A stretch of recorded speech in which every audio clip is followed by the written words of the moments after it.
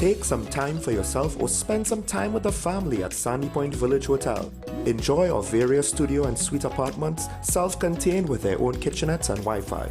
We also have our famous 100-foot swimming pool and our beachfront restaurant, The Steak and Lobster Grill. And our location in Crown Point puts us near the center of activity from the nylon pool to the local nightlife. Call us and make your reservations at 639-8533, 389-2378 or email us at sandypointvillagehotel@gmail.com. WESN.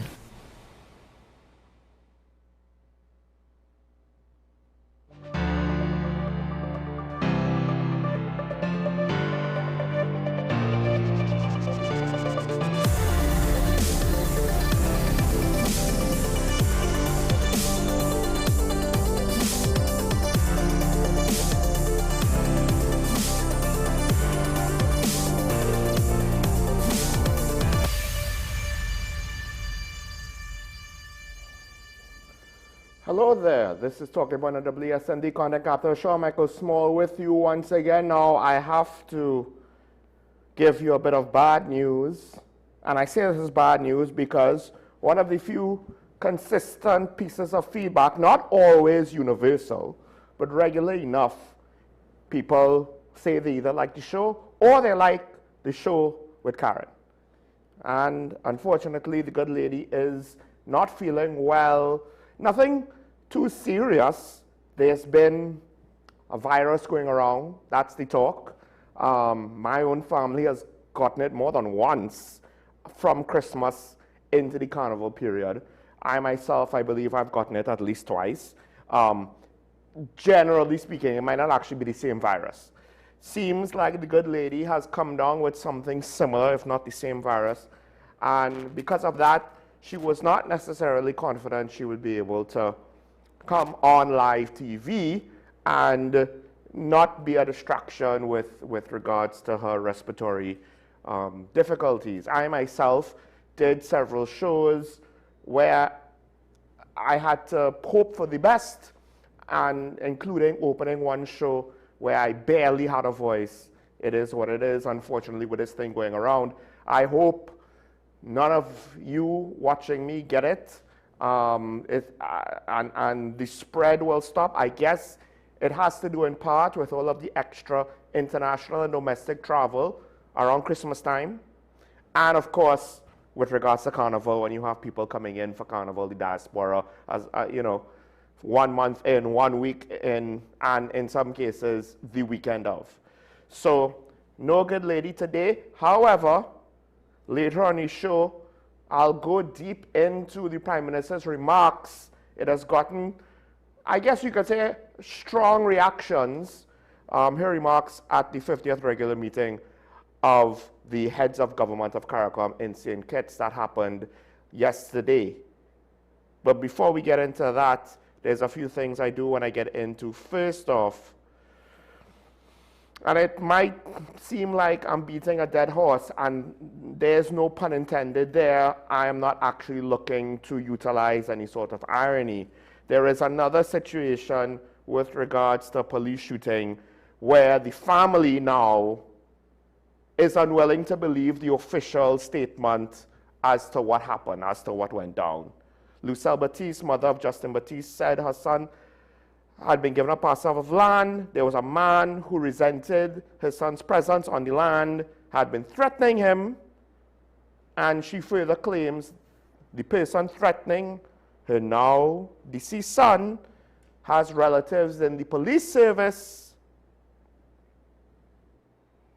and some residents of North Manzanilla were hostile towards her son. Now, that doesn't necessarily, not entirely sure exactly if she wants to commit to some funny business happened in police or some funny business happened for some other reason with the residents.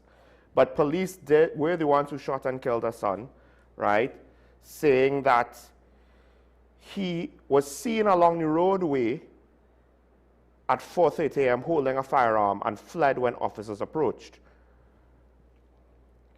They pursued him, and I'm not gonna lie. I understand that police officers are not robots. But on some level, I am fairly certain this should not be the way to state it if they were serious about their job. Because if they were serious about their job,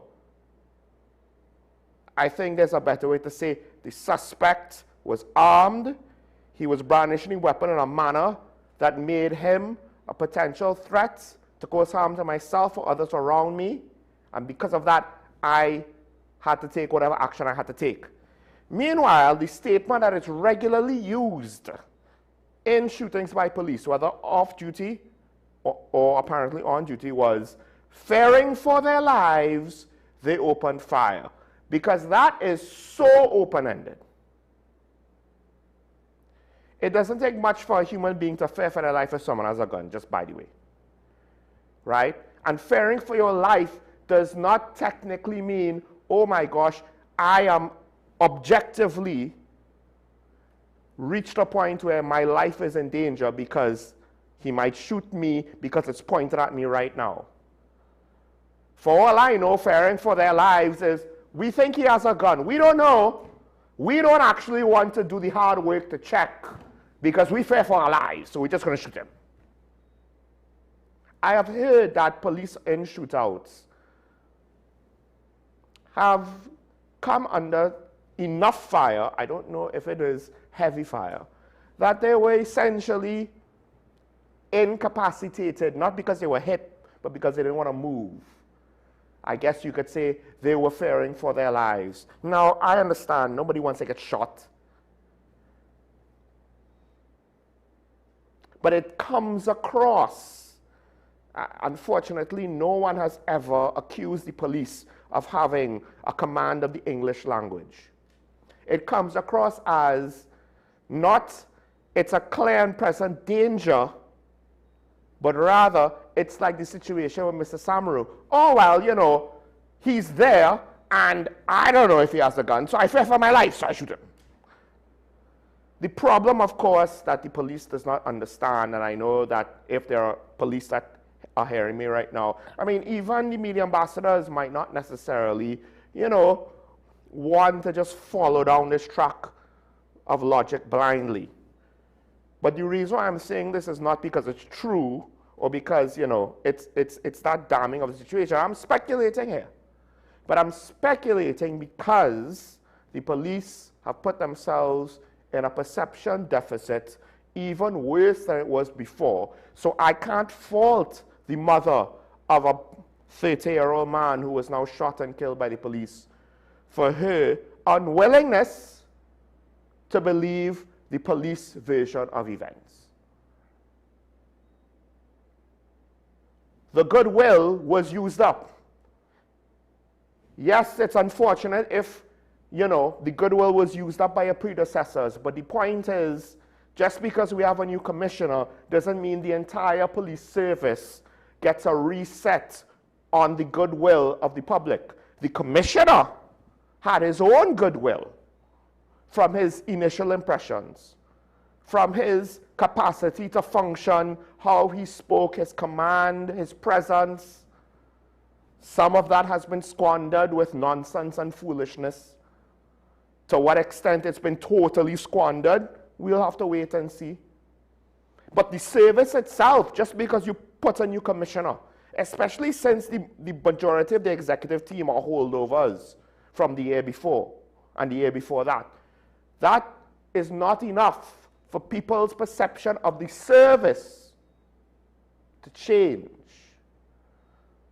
So now I think a lot of intelligent police officers will understand they're behind the 8 ball, they're behind the curve. They are not where they're supposed to be. So they can't act as though the service is entitled to a certain amount of the benefit of the doubt. Because it's not.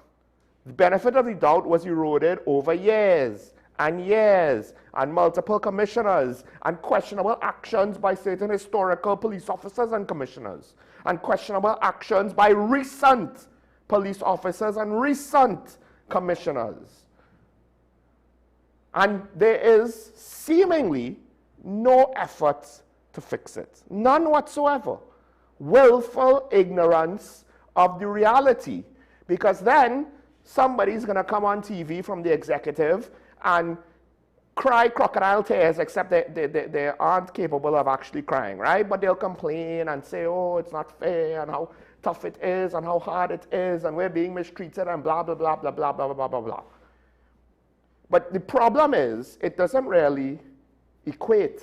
It doesn't add up. The equivalency is not there. The police are complaining, oh, the public are so mean to us. They don't believe us. The public is complaining, you're killing people, and there's no reasonable amount of accountability at this point when it happens.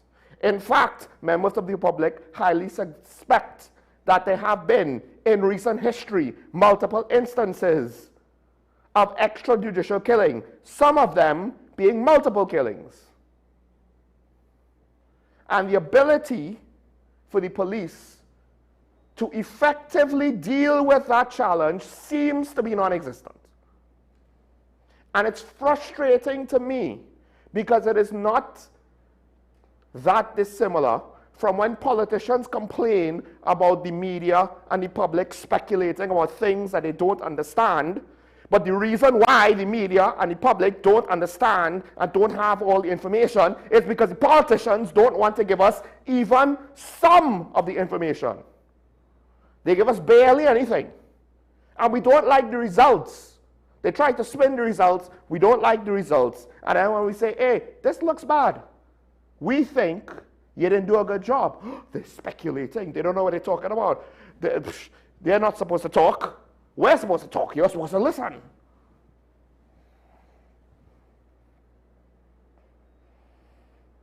His mother says he was shot at his garden ranch around 3 a.m., 5 times in his chest. They took him to the hospital and left him as John Doe. Now she wants answers. I guess there are no body cameras there for answers. That's very convenient, Commissioner.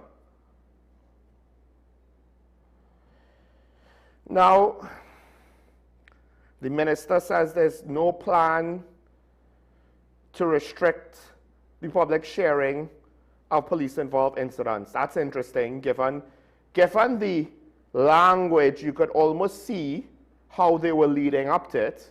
And if they can't see that their language was leading up to such a plan, well then, I'm sorry, that's an indicator that they don't know what they're doing. If they genuinely don't understand why people will ask them these questions with regards to, are there any plans to restrict the sharing of individuals who have footage of police-involved incidents? I hope that the minister is not genuinely taken by surprise by these questions, given how things have been going. The minister strongly advises that such footage be provided first to the Trinidad and Tobago Police Service. Why? I understand the basic why. I just want to know why he thinks that is a call to action that the public, he reasonably expects the public to positively ascribe to, given the fact that he has given the public very little, I would argue downright nothing. So why does he think that he can ask the public for something and the public will be willing? Why?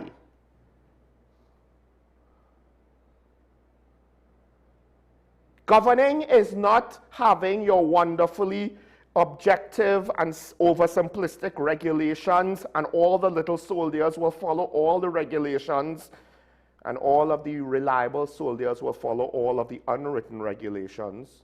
That's not what governance is. We didn't sign up to be part of a military, paramilitary organization upon which we have to obey orders. Rather, it's the reverse. You were voted into a position and cannot seem to grasp the nuances of that position. I mean, on some level, it's understandable, not a career politician. The flip side is, one, no one in cabinet seemingly is that better versed on how to deal with these things. And it's not just a UNC problem alone. You could say it's the PNM as well. But two, on some level, if you're not qualified for a thing, that's not an excuse for us now to like, oh, well, you know, bless his heart. He's trying his best. We need to give him time. This is not little Timmy raking leaves. This is the Minister of Homeland Security. Your 12-year-old son, you want him to rake some leaves in the house, and he might not be doing it all well. Ah, bless his heart, he's trying his best, it's fine. He'll get the bulk of it, it'll be fine. This is not the same thing. This is not the same level of stakes we're talking about here.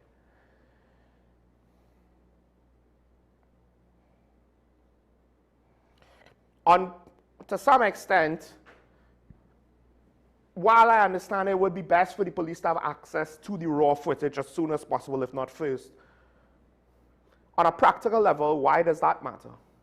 Whether they get it first or second. And here is the rub that the minister does not understand. If I am a private citizen and I have said footage, the last thing I'm going to do is give it to the police first because I don't know who I'm dealing with. Unless it's somebody who I know personally, a random police officer to me could be a great cop, a trustworthy individual, and an upstanding example of what it means to protect and serve, or he could be a corrupt loose cannon. I don't know what I'm going to get if I don't know the individual personally. Why am I going to risk dealing with someone that might not have my best interests at heart just because you asked? No, I'm going to reveal it publicly. And then I'll give it to the police, because then I can't be silenced in order to suppress the footage. It's already out there. That is the level that you have now potentially reached by your own two hands, or in this case, by the nonsense that comes between your own two lips.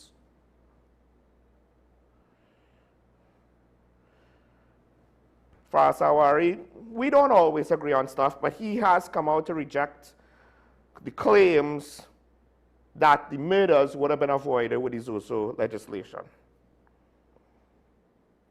dismissing the minister's criticism as infantile. Now, I'll say this.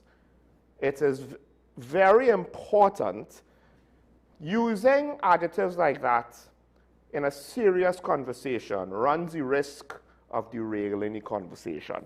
But one of the key things, if you want to have some sort of dramatic effect, to put emphasis on your meaning as opposed to just to insult, is you're not using those words to describe the individual, but rather to describe the actions.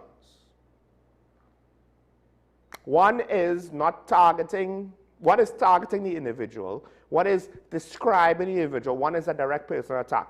The other one is rather to continue the debate. However, it is not necessarily the most professional way to do it, but again, governance is not such a clear-cut, cookie-cutter situation, and public debate at times can get heated. While I usually will not appreciate utilizing words such as infantile, I myself have at times utilized words like stupid when describing the actions of politicians. And sometimes I slip and say that the politicians are stupid. And people say, no, they're not. They're highly qualified, and blah, blah, blah, blah, blah, and blah, blah, blah, blah, blah. And if we go by results-based analysis, I will question the validity of their certificates and degrees and education. But that's subjective. Was the minister's criticisms of the failure to pass the Zoso legislation, of the opposition and independent bench not supporting the Zoso legislation, was his criticisms of that whole fiasco infantile? Given the fact that he didn't necessarily offer us an argument as to why he says what he's saying, because academically speaking, you're not going to get a degree if you can't even vocalize or write out the why. It's one of the most basic steps And there was no why. He just made a claim, as far as I'm aware, and there's nothing behind it. There's nothing to back it up. This is not really how you are supposed to govern. And crime fighting includes aspects of governance, not just all of the fancy stuff like tactical planning and executing operations and blah, blah, blah, blah, blah. It's not like you have a high track record of doing such things as an institution, particularly now, right? You could lock people up with special detention orders. Whoop-de-doo. You could get marijuana off the streets. That's great.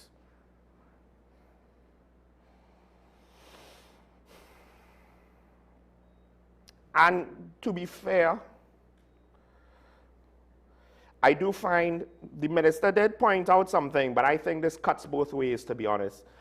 The ministers, Alexander is quoted to have said, they always ask about our crime plan, but when we put something forward that is not supported by the opposition or others, they should ask residents in the communities they represent whether they want this type of law enforcement presence. Well, that's not, I don't know if that's their job. I mean, I guess, you know, if they're MPs, then it's their job. They should have been asking their constituencies, but we know MPs don't actually provide the opinion and perspective of their constituents. They do the opinion and perspective of their party, and that works both ways, right? But it was the Senate where it failed. And that's not the Senator's job. That's number one. Number two, to some extent, one would argue public consultation on legislation being presented by the government that potentially is controversial and does things like undermine the rights and suspend the rights and freedoms of citizens of this country. Maybe that's one of those things where the government should have public consultations on this. They did it with the greatly touted Stand Your Ground law. That's been such a hit. Notice we hear nothing about that really anymore, right?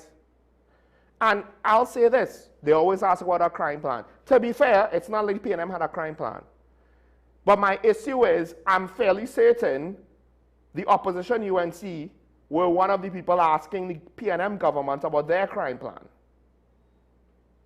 And I find that it's hypocritical both ways.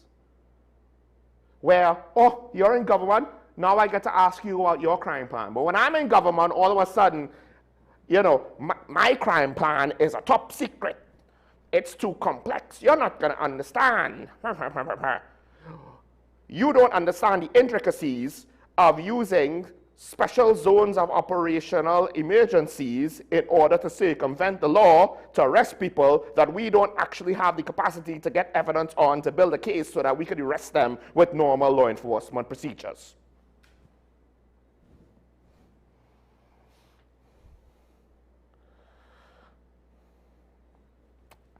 I'm just annoyed. And of course, the best part is the murder rate. We more or less had a similar murder rate last year with a whole set of state emergencies. Why can you say on a practical level the social legislation would have prevented these murders? Why? How? Really? What aspect of these murders would the social legislation prevented? Tell me, please. Explain it to us. That shouldn't be damaging ongoing investigations because you're not necessarily talking about things that we don't know. We know where these victims were. We know how they died. You don't need to tell us who did it to explain to us how the social legislation could have potentially stopped this. But you can't. Because you just have a political narrative to sell us, to try to distract us from the fact that you don't have a plan, just like how your predecessor didn't have a plan. And as I said before, I have reached the point where doing nothing might actually be better by default than what we're getting. It's one of those things in sports where in American football they talk about, well, if the quarterback basically just spiked the ball into the ground, he would have a better passer rating than what he did when he actually tried to play. Literally utilizing a procedure to nullify your possessions will give you a better statistical rating than what you did when you actually tried to play the game. These things can't happen in real life.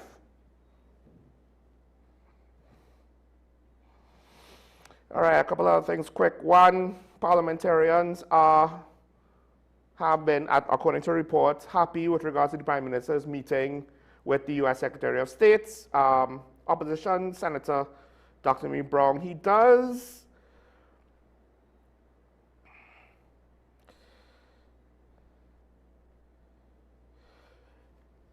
it is what is discussed and what positions are being carried and how does that affect the sovereignty of Trinidad and Tobago coming out of these interactions. So that's a concern. I understand where he's coming from. I can't necessarily say that he's wrong to say that because I think, and now it depends on the context and the tone that he's trying to say it. If he's trying to say it more like a backstop, a check and balance, that is to say, it's something that needs to be said. Not that it automatically is bad, not that it automatically is this meeting and our relationship with our current government and the Americans is undermining our sovereignty. But it's just one of those things where you can't assume it's fine. You have to ask the question and go through the exercise, even if the exercise comes up with the results of, generally speaking, we haven't necessarily jumped the shark yet. So I can't necessarily fault him for that, right? A couple of things. Jaylene John has been trying to say that the blue wave harmony is not the cause of shortages of goods in Tobago. I don't understand how she can say that. And I wonder if she is either genuinely not understand the level of semantics she's playing and the smart games of her words, or if it is intentional. Because even if the blue wave harmony cleared everything last night, the shortages were ongoing for the days and weeks leading up to last night. And the blue wave harmony is the cargo vessel, and the lack of a working cargo vessel is the issue for the shortages. So technically, yes, it's not the blue wave harmony's fault. It rather is the inability to get a cargo vessel in normal operating procedures moving forward as soon as possible. That's the reason for the shortages. The inability to get all of the bureaucratic paperwork, testing, sea trials, etc., all the exercises before we get into normal day-to-day operations done so that we could have a sense of normalcy. Yes, that is the culprit. Who is responsible for that? I'll give you a hint. It's not the PNM this time. And you know what? It's not Roger Alexander. It's not Barry Padrath. It's not Philip Alexander. It's not David Lee. It's not none of those cats. There's a part of me that wants to think there's a lot that's not being explained to us, that if it was explained to us, this thing would make better sense. Unfortunately, politicians seem to be allergic to telling us the truth. Because this is not the first time where I am left wondering, is it that they just can't help themselves? They just have to give us a political narrative and they shoot themselves in the foot when they unnecessarily want to give us some nonsense statements that doesn't fully track with everybody, that not everybody could agree with or appreciate. And then you're kind of wondering why, because potentially this is completely unnecessary, but it is what it is. Government working for you or not. Last thing that I wanted to mention, we have a commitment, we reaffirmed our commitment for cooperation with India with regards to artificial intelligence. The thing is, AI companies have been having issues commercializing their product. Now, we see a lot of stuff coming out of China that's apparently looking spectacular. We have no idea what the cost of generating all of these spectacular AI fakes are, right? Even in the State of the Union address, the President of the United States had to point out that because of the draw on the power grid for these server farms and processing farms for AI, he's basically saying, hey, you all need to get your own power grid. Not power grid, sorry, but power generators, power facilities. So that's one of it, right? How much is China's successes in part due to brute force measures? When you have an autocratic regime that is to some extent centrally planned, you can do these things. Also, the private sector in China is quite different at times to the private sector in the rest of the world. But Western AI activities seemingly have run into a bit of a problem. And that problem is, what is the point of this technology? What are we making it to do what for? Because it needs to be productive. Making fake videos of some IP where, in fact, I saw one where they had everything. They had Nintendo characters and Marvel characters and DC characters and other movie pop culture characters. And it's fun, but on a certain level, what is the point? Strategic alliances, in part, need to have some sort of productivity to make it worth it, the effort put in. It's like GATE.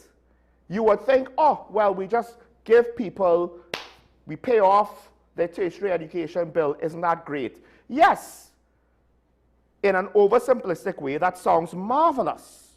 But for society that's making an investment, we never ask the question, what is the investment for? You will say, oh, the investment is to educate young people. That's not an answer to that question. Because that in and of itself does not give you a return on the investment. And given the size and scope of the investment by the government of Trinidad and Tobago, it behooved us to figure out how are we getting returns. It doesn't have to be slave labor, right? It doesn't have to be imprisoning people into public servant contracts for I don't know however many years. But you do things to better society, you need to see tangible improvements in society. Dare I say our private sector has not improved.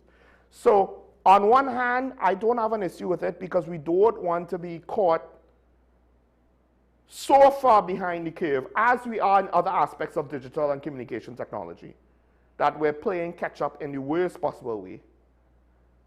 So we try to do what we can to engage with the industry, to engage in that space, to prepare ourselves for when these tools become practical and implemented in more practical ways than just writing fake law briefs and writing academic papers for students that have too many typos and too many mistakes.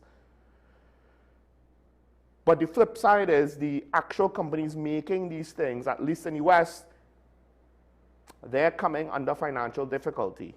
And it makes me think that as a technology, it's extremely premature because we made a thing and we basically have no real application for it beyond some of the most mundane foolishness.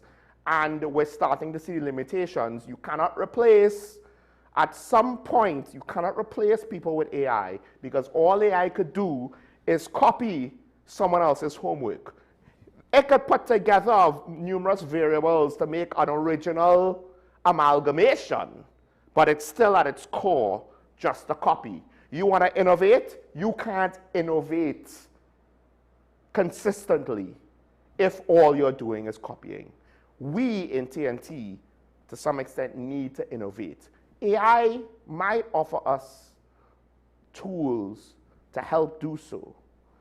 Given how behind we are already with digital transformation, I don't know.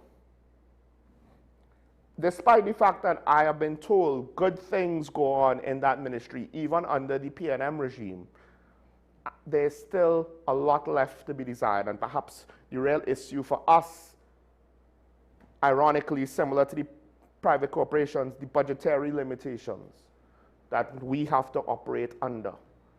But I am not necessarily seeing any sort of innovation in our own public service or private sector. With regard to the public service, there's a very simple explanation. Nails that stick out get hammered back down. The lack of meritocracy in this country causes people to be punished for excellence, not rewarded. And what ends up happening is they leave. Think about who you know that has left to go abroad. Think about that. Let's take a break. When we come back, I'll get into one quick Top in the Daily Review and then break down the CARICOM presentation by our Prime Minister. I'm not too sure. I might just surprise you with some of my opinions, but it will be varied. But we'll see all of that after this. Stay tuned.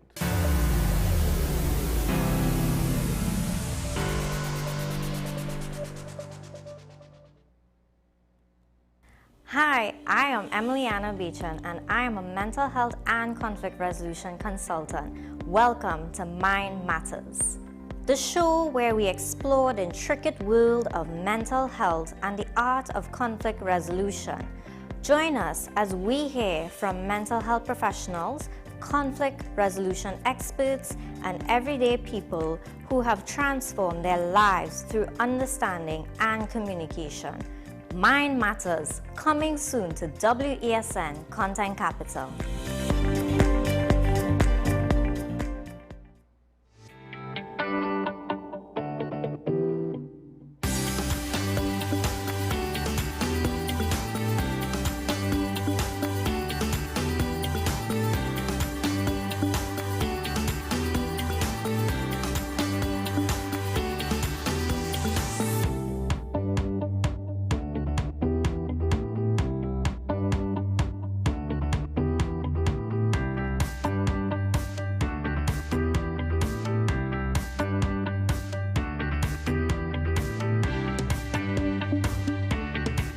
You are watching Strictly Legal on WESN Content Capital. Just give an overview of what exactly is that split arrangement.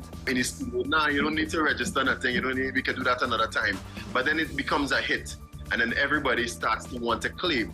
The laws that predate many of the independent countries' constitutions are going to be those colonial laws. We know there are an infinite amount of circumstances that would lead to a murder. I have a great idea and I have a great concept, but until it's actually expressed, it does not become intellectual property. Accomplishments or targets of a forensic accountant is to quantify what may have been lost. We believe we defend criminals and we manipulated the law and we exploited the system.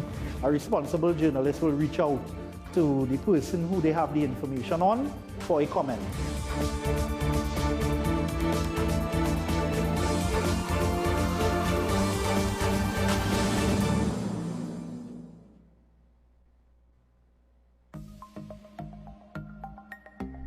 Knowing how to tell authentic is as easy as 1, 2, 3. Find it, match it, search it. Step 1. Find the style number on the tag. Step 2. Match the style number inside the jersey with the number on the tag. Step 3. Search it. A quick Google search of the style number will verify the jersey is authentic when the search results match the jersey being searched. Don't be fooled by counterfeit jerseys. Before you buy, remember to find it, match it, search it. Fanzone, 2 locations nationwide. Center City Mall, Chaguanas and Movietown, Port of Spain. Nationwide delivery available.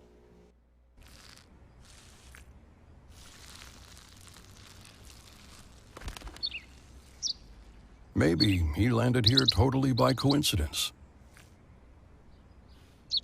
But if by chance he's admiring your fresh coat of Benjamin Moore soft sky blue, well, that's a pretty high compliment. Coming from an expert.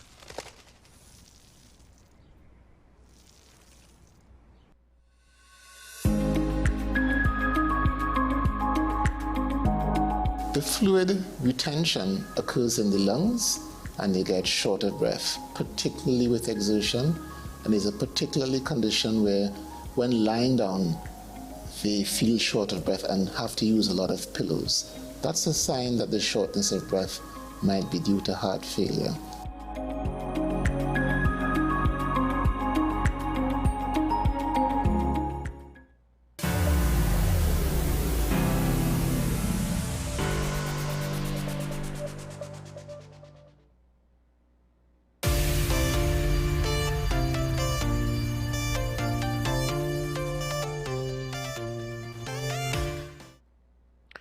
All right, before we get into the CARICOM meeting, just some minor economic stuff I wanted to speak about. Now, I did speak to Karen. She had a topic if she was able to come on the show. Unfortunately, she wasn't able to, but we did speak about it somewhat. I haven't looked fully into it.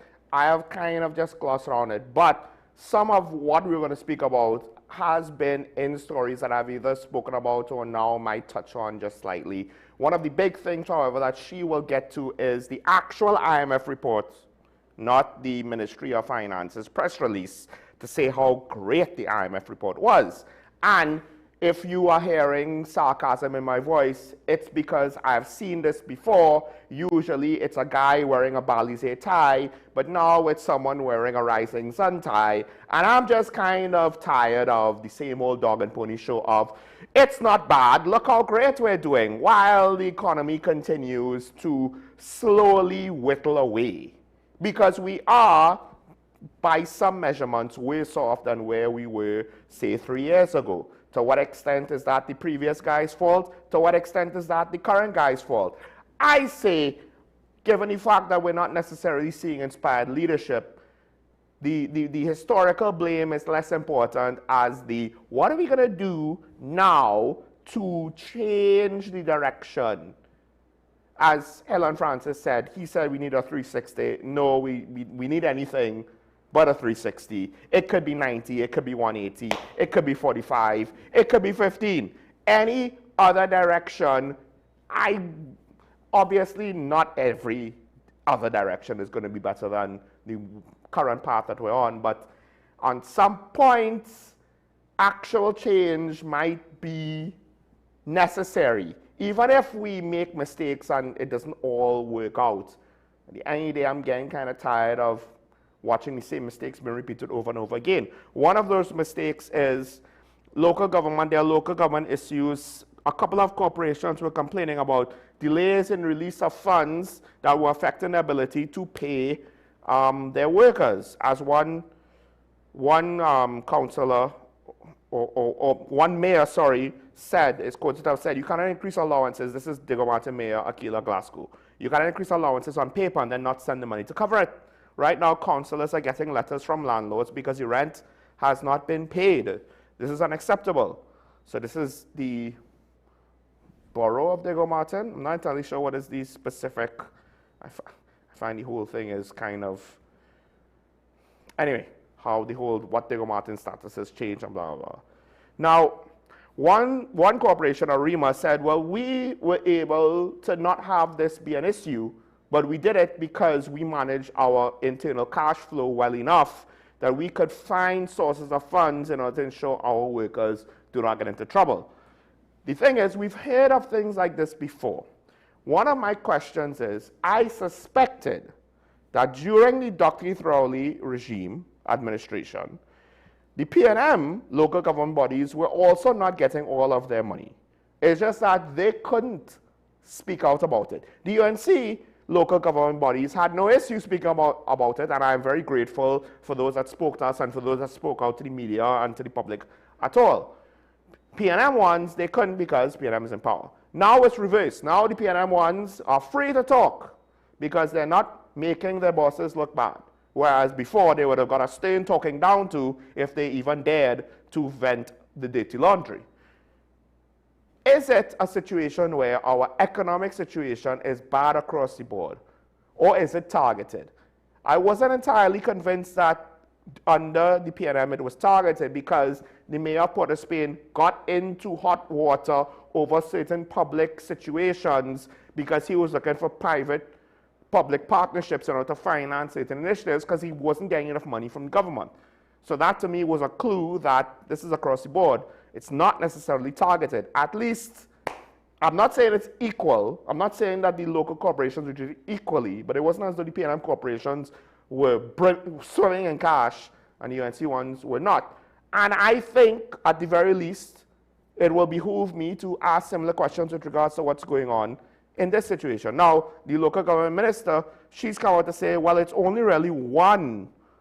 This is Minister Khadija. I mean, it's only really one corporation that had a late check, and that is San Juan Lavantil. It was not reported to me by either the chairman or the CEO. It only came to my attention when a worker sent a memo issued by the chairman to workers indicating the situation. I immediately intervened and the matter was rectified by our permanent secretary the very same day. I am taking note of their mischief and I condemn the PNM for using workers in their political mischief. On some level, this is unfortunately where our politics are. Right? I am willing to give the minister the benefit of the doubt because, again, despite my criticisms of the government, the caveat, and I had this caveat for the previous administration, and I have to be fair, at least use it for my starting point of the current administration. There are pre-existing conditions, a lot of external factors that are making the jobs of the government more difficult. And in the case of line ministers like the Minister of Local Government or Education, or once you're not the Minister of Finance or the Prime Minister, on some level, I don't think you have the capacity to determine your budget allocation and therefore to determine the size and scope of your ministry's budget. Local government is not the only ministry that potentially is being shortchanged. This was a strategy used by the previous administration. We just shortchanged everybody. We shortchanged education. We shortchanged everybody. We know that police was being shortchanged on the PNM. And I suspect the police are being shortchanged now. The problem is, it's one thing if the officers are willing to cover the feed for the animals. That's really bad, by the way. But it's, at the very least, it's something that we could live through and survive. Unfortunately, kudos to the officers who are willing to sacrifice their money to ensure that their animal partners got what they needed. But I suspect this is one of the reasons why it's very easy for the government to just say, hey, see this body camera thing? We're not really going to do it, right? So I'm not entirely I'm not entirely against what the minister had to say. I could see where this is a situation that is beyond just the usual politics, right? And this, if I am correct, would have been an opportunity for the PNM local government ministers to maybe have a much more mature perspective or angle by which to speak on these things, but not come across as the usual petty politics. That said, I could be wrong, and maybe they are being targeted, being members of the opposition party, right? I haven't necessarily seen proof of that. Someone wants to actually go through numbers and then provide context for the numbers, not just present numbers and have us guess what they mean. Now, the flip side is a couple of other things. There's been some issues with a couple of unions. The teachers' union, they have been wanting to get, I believe, their back pay, implementation of revised salaries. They want clarification on when they will receive their long-awaited adjustments. Because you gave somebody 10%, and now everybody else is like, what the buck? What about us? Conversely, and remember, unions are basically looking at the PSA, looking at the former head of the PSA who's now in cabinet, is an MP, looking at the former head of the Communications Workers Union who is now in cabinet as an MP. Communication Workers Union, they are not necessarily sitting on their laurels either. They are raising concerns with regards to TSCT's new partnership with a certain soca superstar, questioning how can the company enter in a high-profile endorsement arrangement while citing cash flow limitations and ongoing wage negotiations. Ain't that convenient? That's almost as convenient as a political commentary Calypsonian's mic not being on the live broadcast, even though there was a parallel systems for redundancy, but both channels apparently failed. Ain't that convenient? I mean, it's just as convenient as when Kamala's part of the broadcast in 2024 on the Diwali Nagar, had its own issues on TTT, according to the UNC. Seems convenient. Ain't this convenient? Communications Workers Union They're being told, well, we have cash flow limitations, but we could spend a lot of this money on advertising at a time when advertisement spending is down. There's a reason why a whole newspaper and another news media house closed down within the last year. Just let that sink in, right? We've had 3 newspapers as long as I can remember. Now we have 2. And then one of the newer, but not that new, news media outlets online also had to close its doors. Why? Because the economy and advertising ain't so hot for the media. But somehow the foreign company, they'll find the money for this. Even the government is not necessarily spending a lot of money with regards to public service announcements or advertisements or the like. But TSET, I don't know. No fault to the soccer star, by the way. No fault to him. Now, I'll just go to what Professor Roger Hossain said with regards to the wages and union demands. He's saying the PSA's wage settlement could have far-reaching implications for TNT's future, fiscal future, with central government's recurrent wage bill potentially rising to about $11.25 billion once follow-on effects are factored in. When wage-setting environment is dominated by a single employer, settlements are rarely isolated. Instead, they reset reference wages across the system, shaping expectations, or dare I edit, reshaping expectations among other unions regarding both acceptable wage levels and the credibility of implementation. In this sense, the PSA agreement has become a benchmark within a unified public payroll framework where budget constraints, HR systems, and political authorization are shared. He says all that basically to someone saying, if it was fine for them, why is it not fine for us? How is that fair? Because remember, part of the reason why the previous government was voted out was because the 4% and 5% offers were wicked. But now, everybody have to take their 4 and 5% and love it. I'll leave that there. We probably might get more into this with regards to Karen, but the point that he's making is it sets a precedent. And it's not as though you could look at the various aspects of the public service and somehow keep it in isolation. And dare I say, certain things like pilots, doctors, and police officers and fire service members, you could argue that they deserve more than basic office workers, clerks, and the like. But it is what it is. Let's take a break. When we come back, we'll get into CARICOM. Stay tuned. Talking about, we'll be right back after this.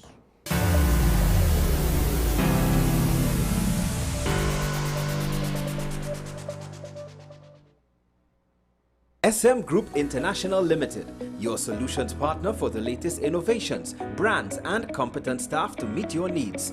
We provide products and services in the following divisions: executive services, event rental and services, power and heavy equipment, construction and property management, food and beverage, aggregate and sales and distribution. Check out more on our products and services at www.smgrouptt.com. Contact us at 221-7445 or email at info@smgrouptt.com. We are SM Group International, your solutions partner.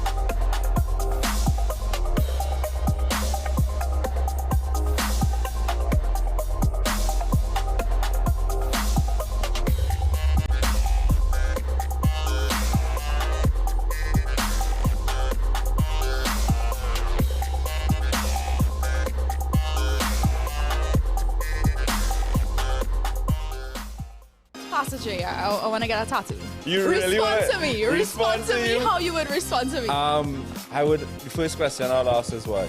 Controversial taboo topics. We get so consumed by church, we forget that we have to live the life of being a Christian outside of the Sunday. Like you say, services. we think going to a service makes us a Christian. Exactly. Yeah. Right. So here we are about to hear the second time Pastor J wanted to take a tattoo. Would have been late last year and early this year. Oh gosh. Hope Unfiltered podcast with Pastor J and Ren.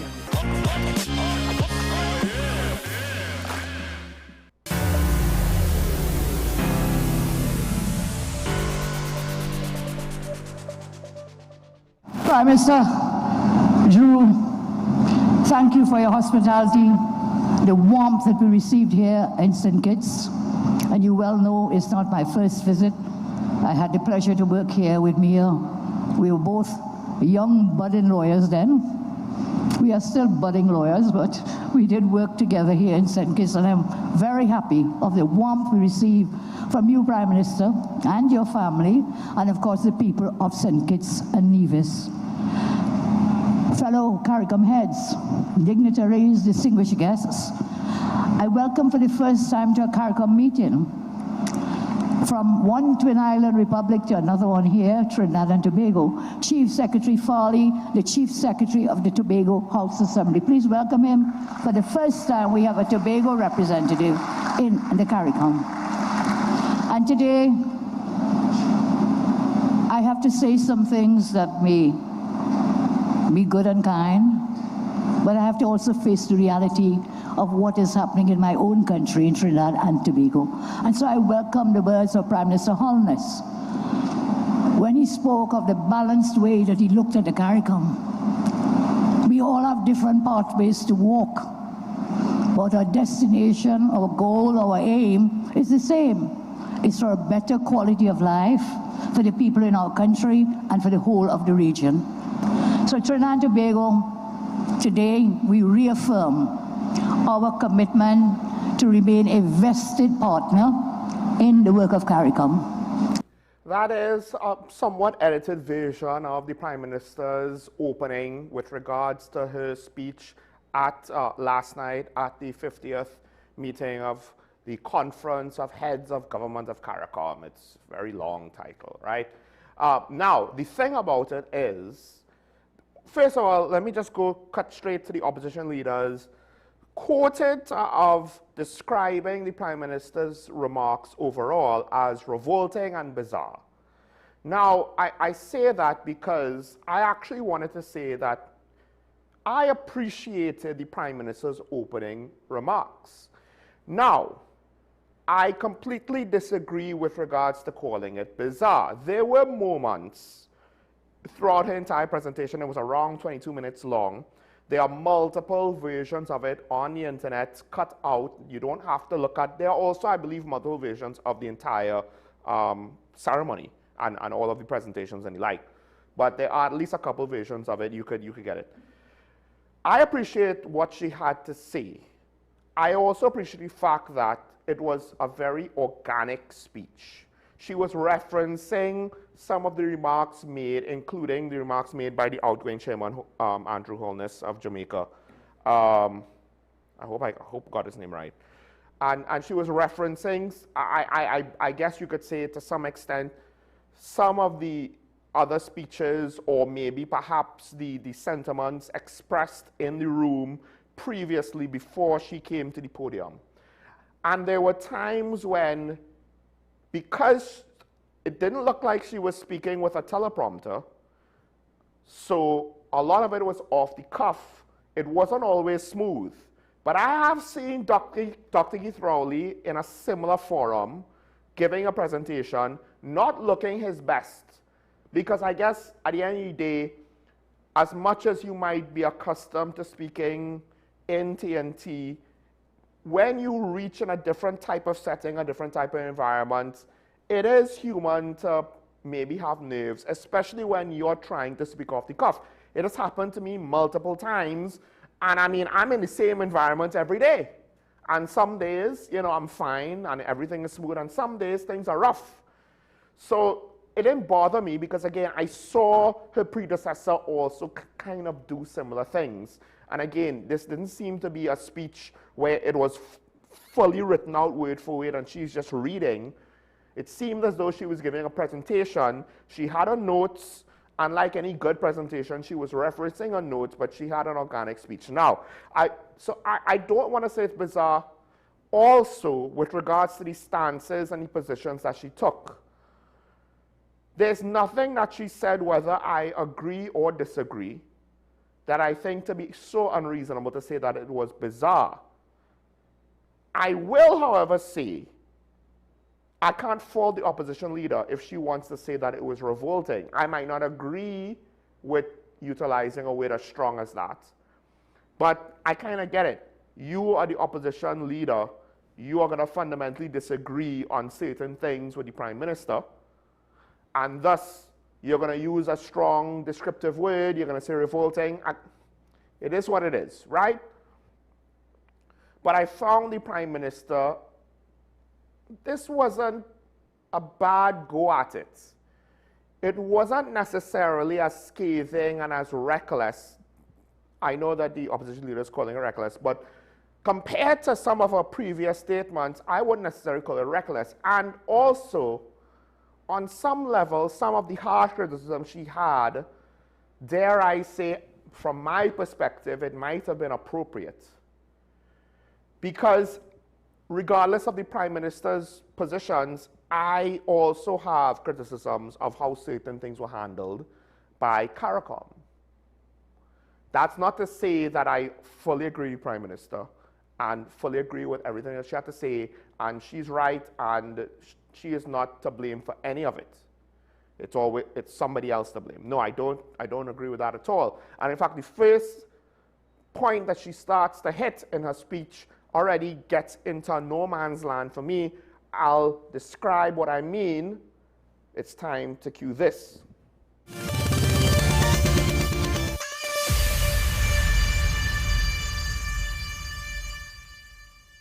I'd like to take an opportunity for a short time to speak openly and constructively for the benefit of all the citizens of Trinidad and Tobago.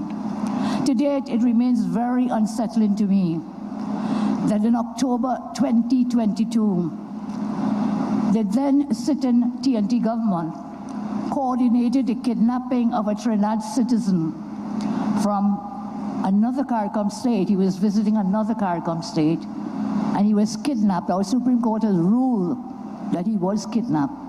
He was placed in handcuffs, transported to the airport, and then back to Trinidad. I think an RSS plane was used to transport him.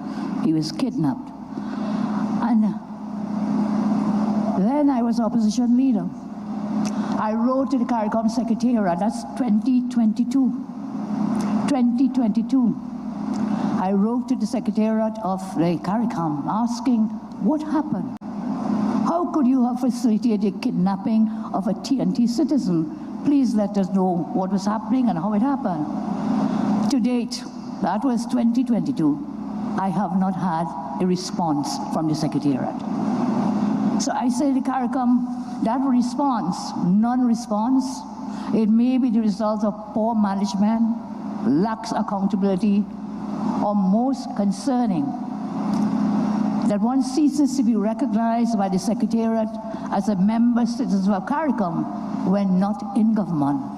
And so I want to reaffirm that the CARICOM should be the voice for all, not just for the governing parties, not just for those in the Caribbean who form government parties. And so I'd ask you, we have to chart a way forward. Yes, we won our elections. Yes, we are the majority parties, all of us here, all the heads. But we were all in opposition once, and we may all be in opposition again. But we must work together for all of our nations, all our citizens, whether they belong to the governing party or whether they belong to the opposing parties. So that, I say, still concerns me. How one of my citizens was kidnapped in another CARICOM state, and when I inquired, the Secretariat could not give me an answer up to today. That should never happen. I'll address what she said at the end there. Work together for all first, then I'll get to the Brent Thomas stuff after. That's the things we want to hear. At the very least, we haven't been hearing government messaging like that in any significant, meaningful, and believable way recently. Also, with regards to the actions and the behaviors that have been displayed, that has caused certain demographics of the country to question that. And when people want to say, how could you question that? You know, you all are just haters. The fact of the matter is, if you are allegedly working to the benefit of all, it kind of doesn't work if there is a subsection of the population that doesn't believe this to be true. That is something that you have to consider when considering how effective is a government trying to work for all. Now, to what extent is that the Prime Minister's fault? Ironically, because she's not present, dare I say, I suspect it is more due to the work of the ministers under her than any sort of direct failing on her part, although she has had her moments where she's gotten too defensive, like her predecessor, though not necessarily in the same ways. I am still hoping that our government will work for the good of all of our society, including those that are of the opposition party, support the opposition party, or do not support any party, or at the very least not support the government party. That's a lofty goal, and to be honest, it's not an easy one. That said, that is, as far as I am aware, what at least some of us hoped for and are still hoping for. And it doesn't necessarily matter who gives it to us, because what we want is someone that works for the nation, not for their own party. And if you genuinely want that, you don't really care which party provides it, as long as it's provided effectively and in good faith and responsibly.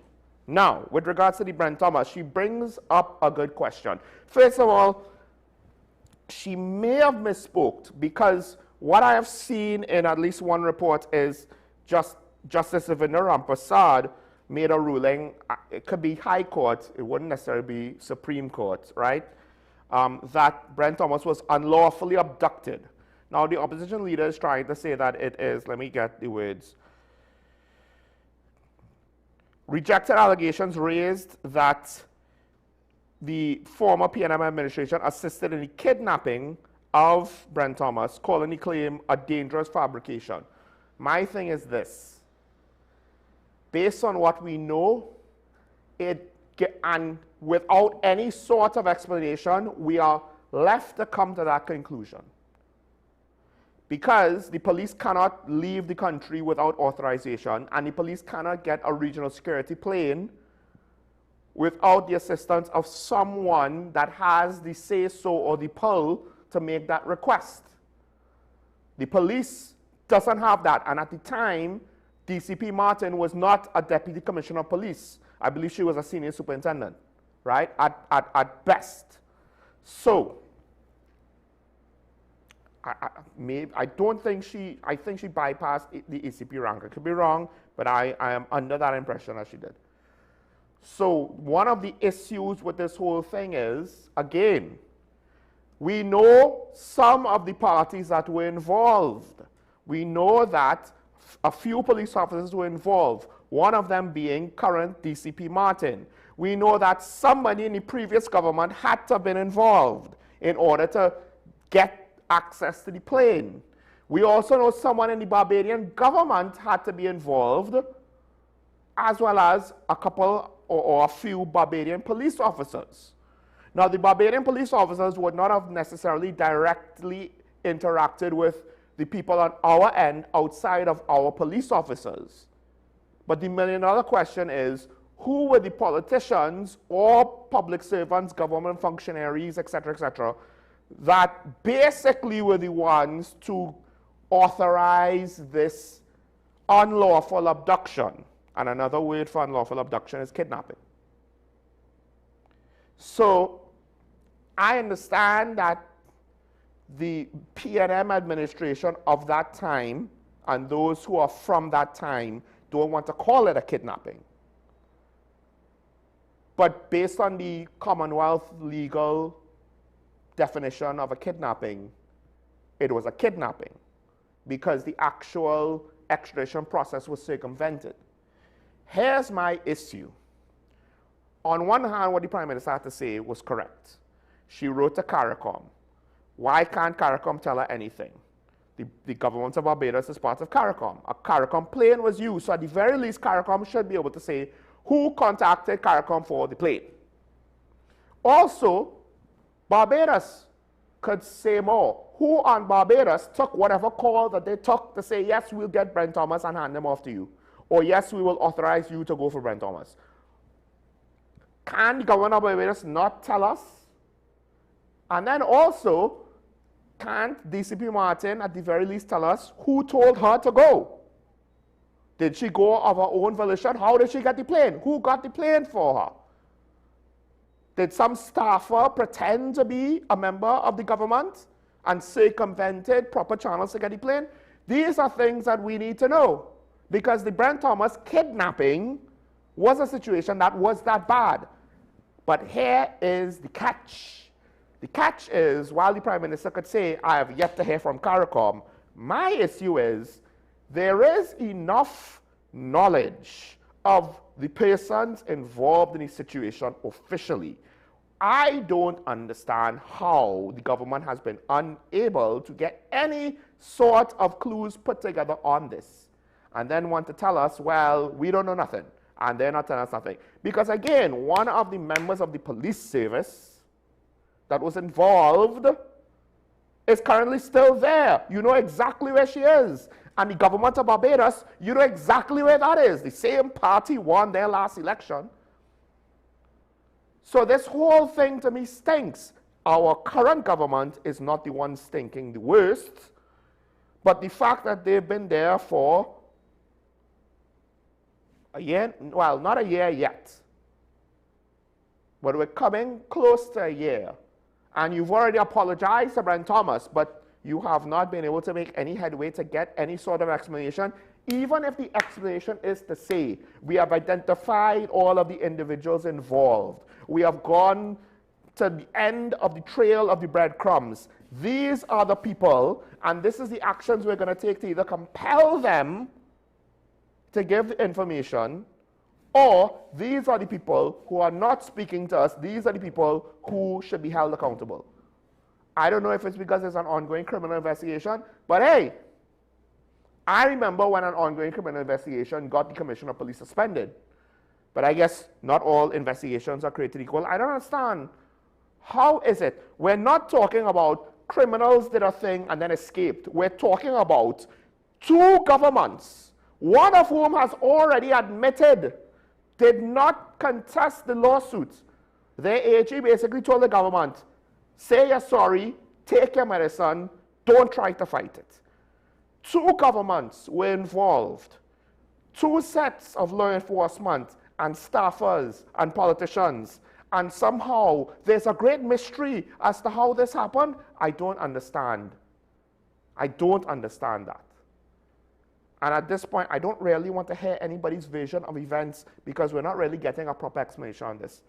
Anyway, it's extremely frustrating, but I need to move on. Let's go on to the third part where the Prime Minister, this one is short. She's speaking about the election interference that apparently some members of CARICOM are interfering in each other's re-election campaigns. Let's take a listen. CARICOM as an organization should not be misused by anyone to benefit or protect political parties and friends affiliated with the incumbent government. CARICOM governments and their political parties who actively involve themselves in the domestic and political affairs of member states to assist sister or brother parties cannot then expect that when we come together that we must hug up each other. When in the last election, you sent your your missives, you sent your people from your party to openly campaign against another political party. I'm sorry I have to share this, but it hurt me a lot when I saw what transpired within the last set of elections in the CARICOM. So CARICOM governments, if we are to hug up each other and cooperate, it cannot be that last week you sent your person down to St. Vincent or to Jamaica or to wherever, or to Guyana. You sent your political persons, not technocrats. You sent them down to campaign. I don't think that is right, because today I will have to face you. We are not red and we are not yellow, we are not blue, we are not green. We are all CARICOM persons, and we must give that respect to every single one. And no leader here sitting would want another CARICOM head of state to send people to campaign in your domain. That should never happen. So that has led to what I say, unneeded factional divisions and private conflicts between regional leaders and political parties. And of course, it hinders the progress of the CARICOM. Now, I'll just be brief with this. I suspect everybody does it, to be honest. There's a part of me that appreciates the Prime Minister saying it publicly, and hopefully it maybe forces the issue and calls it out. But I can't say that I'm 100% satisfied that the UNC does not also engage in it. The thing is, we've seen the PNM have certain alliances with certain parties in the region and have very tense or icy relations with other political entities in the region. You know, most notably Guyana. Guyana's government seemingly was very anti-Trinidad when the PNM was in power, and then flipped that switch once the UNC won the election. So I suspect both of our major parliamentarian parties have political alliances or friendships across the region.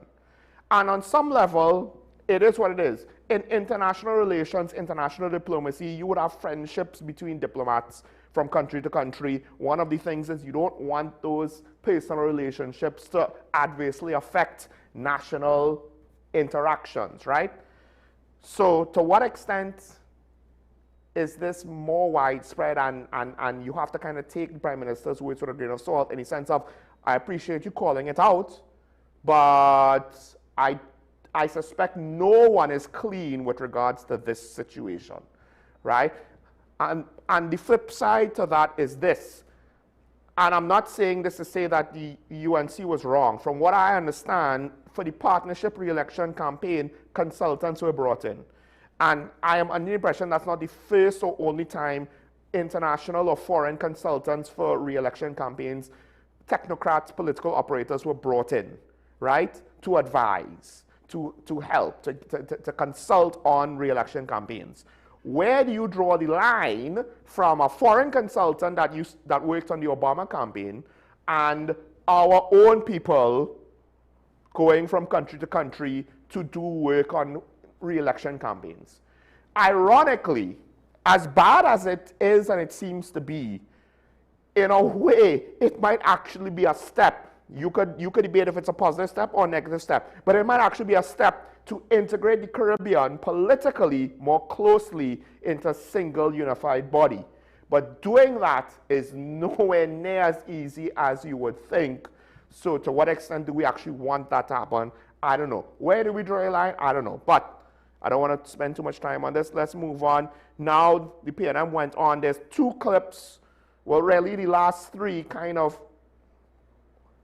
before we get into that though, the last three kind of speaks about what's been going on with regards to foreign intervention locally and some of the security threats in the region. But before we get into that, you know what? I want to take a break, give you a chance to relax, get something to drink, and we'll get into these next clips right after this. Stay tuned.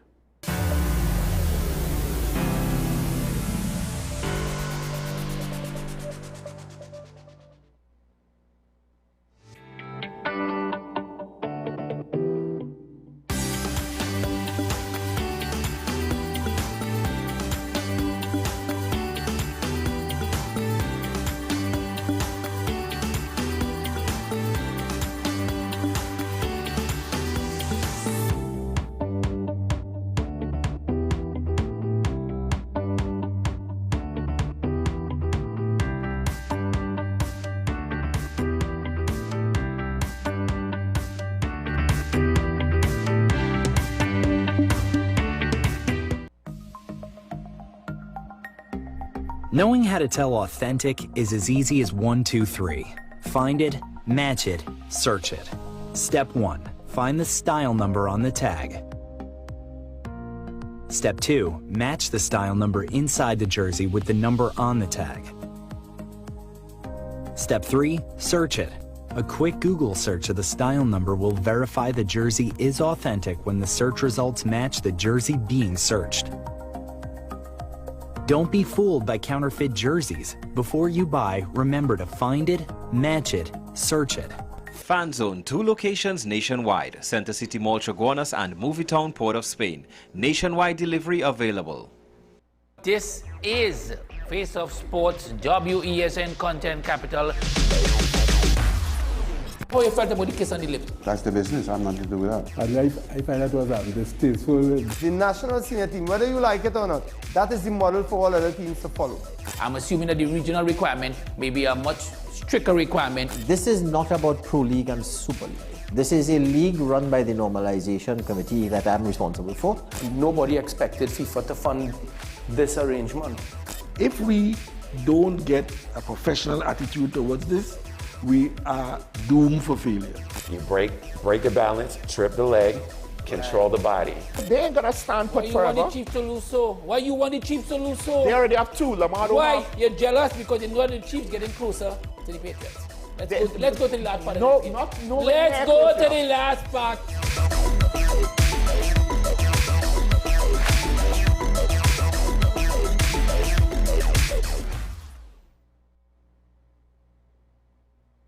This is 10 Questions. I'm Andy Johnson. The distance from where we should be in the world in going forward on our commitments with climate change. The effects of climate change that cannot be accounted for, it's called loss and damage. And we're seeing loss and damage happening so much more in this decade and the previous decade. The principal term there was this question of the correspondent banking issues. That is why we're trying to build capacity with this country here, Trinidad and Tobago, and other countries in the region. Man is not showing any signs of stopping or even slowing down. More than half of the forest in Trinidad is already gone. All the plants and all the animals and all of the nice clean water and fresh air and everything had to be on this planet for humanity to have a chance. We have small change when it comes to countries that can take decisions, and when they speak, the world listens. The General Assembly is a very democratic forum. And Trinidad and Tobago has the same vote as Canada, in spite of the obvious difference in size.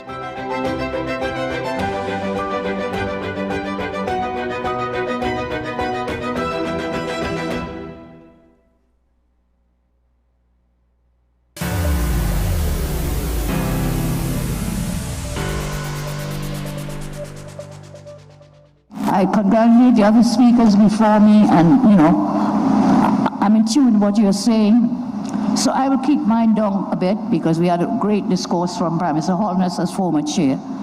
And I want to say, Trinidad and Tobago, like you, sir, we respect the sovereign right of CARICOM members with respect to your choice for national security for your nation and respect to your choice for foreign policy. We respect that sovereignty, and we expect no less from others. We took very careful note of what happened in the CARICOM in 2025 when my government chose to lend support then to the Nicolas Maduro regime. And despite repeated threats against 2 fellow CARICOM members from Venezuela, most of the CARICOM stood against the 2. Only 2 were threatened. One was Guyana, still under threat. I openly said that if they touch Guyana, Trinidad and Tobago will be there with you and stand with you. And the other was Trinidad and Tobago. We are threatened, and we are still threatened by Venezuela. And I'll say a little more about that in a moment. So how could the CARICOM be a zone of peace when a narco dictator who imprisoned and killed thousands of civilians and opposition members, you will see recently over 300 persons from the opposition in Venezuela have been released. They were in prison because of politics. So how can it be when that regime was threatening violence to 2 CARICOM member states, there was no voice from the CARICOM? We we're talking about a zone of peace. And in my respectful view, my country is not a zone of peace, and I'll tell you why. Because of the unreliability of the CARICOM in the above situation, TNT Guyana, we cannot bind ourselves to the same political ideologies, the same foreign issues, and the same security policies of the entire CARICOM. That's why I welcome Prime Minister Alder's words, that we have each our own pathway to walk, depending on what is happening in our country. And so, my friends, I say, going forward, we will work with the CARICOM. We were invested in the CARICOM. We've been there from day one, and we want to be there. Back on talking point, and that was the Prime Minister's words with regards to how she viewed the situation with Venezuela, and more importantly, the potential threatening postures of Venezuela towards both ourselves and Guyana. Now, here's the thing. It doesn't matter if I like or dislike the UNC administration, Prime Minister Kamala Persad-Bissessar, members of a cabinet, etc., etc. I voiced stated opinions on my own. I can't now disagree with it just because someone else is voicing it, and some people would want me to disagree with her.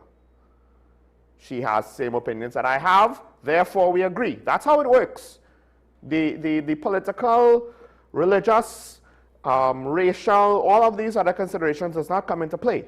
Similar to the Brent Thomas matter. Long before, I don't think I heard the UNC call it a kidnapping before I called it a kidnapping. Whether they said it before me or not is irrelevant. I went out there on my own. I voiced that opinion without anyone else voicing it. I didn't have anyone else to reference when I did originally, however many years ago when it happened. And I also voiced my disappointment that CARICOM was exercising their individual sovereignty to determine their foreign policy. But that, ironically, is an interesting situation where when we speak about sovereignty, it's usually with a certain amount of convenience. If we engage with the Americans, are we giving up our sovereignty? If we are speaking ill about another nation, are we infringing on their sovereignty? But yet, where is the sovereignty of the elected government of Trinidad and Tobago when potentially you could see a reasonable path of disagreement with the majority of the rest of CARICOM?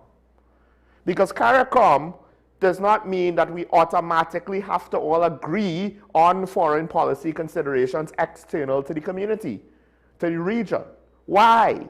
Or we all have to agree with inter-regional diplomatic relations and security considerations. Why? CARICOM is not set up to do that. So to what extent are people wanting to have their cake and eat it too? Because when you can't look at it from a certain lens to say, why is it that TNT, it was right for other nations to dictate to us what our position was supposed to be with regards to certain security considerations that we have? And the Prime Minister in other videos would actually go on to describe that in the sense of the rest of CARICOM might not have the same concerns that we have or Guyana has. We have it. We both have it because we have something in common, our geographic location. Also, we have something in common. We were not beholden to the resources of Venezuela. Now, you could still disagree with the details of what the Prime Minister said, how she said it, the manner of which she operated into that whole thing, the details of some of the decisions she made with regards to how she engaged with Americans. But with regards to the potential threat of Venezuela, I think this whole zone of peace talk, and this is one of the reasons why I said I actually appreciated where she came from, because she said up front, she's going to say things, we ain't all going to like it. She knew what she was doing. And she didn't do it in an insulting manner. She might have done it in the past, but not this time. I appreciated the tone that she said, no. I say that similar when I say I appreciate the opposition and how they presented themselves recently in their press briefings. I want to point out when our politicians speak in a manner that I can appreciate and agree with, and also point out when their content are things that I might at least partially agree with, right? Not necessarily liking how things were implemented on a physical level and how some of the messaging was, but we have real security concerns. And what's interesting is the other members of CARICOM, they were starting to feel it themselves. She went on, I had to break it, but she went on this general topic with regards to U.S. intervention in the region. So let's continue. Let's roll the next clip. We will want to have our own foreign issues, policies, defend our sovereignty as we see best.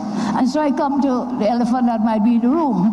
I come to the USA and the cooperation that we had with the USA. Thanks to President Trump, thanks to Secretary Rubio and the US military. I say thank you today for standing firm against narco trafficking, human and arms smuggling originated from Venezuela. That is what we were facing in Trinidad and Tobago. Maybe some of you other islands in the Caribbean, your nations do not have that level of illegal migration and, of course, the crime. So in 2024, crime was being treated as a public health gimmick. It was dubbed a public health issue. It's not a public health issue. Because of the crime, you're not alive to get any public health. You're dead. That's what the crime is like. So don't talk to me about a zone of peace when I will tell you, Trinidad and Tobago, 1.4 million people. We recorded 623 murders in 1 year, in 2024. And 40% of those murders, they were gang-related, driven by narcotics, by firearms smuggled in from Venezuela, and gangs coming out of Venezuela and mingling and mixing with gangs in Trinidad. In 2025, change of government, change of policy to treat with the drug cartels and the gangs as violent terrorist organizations.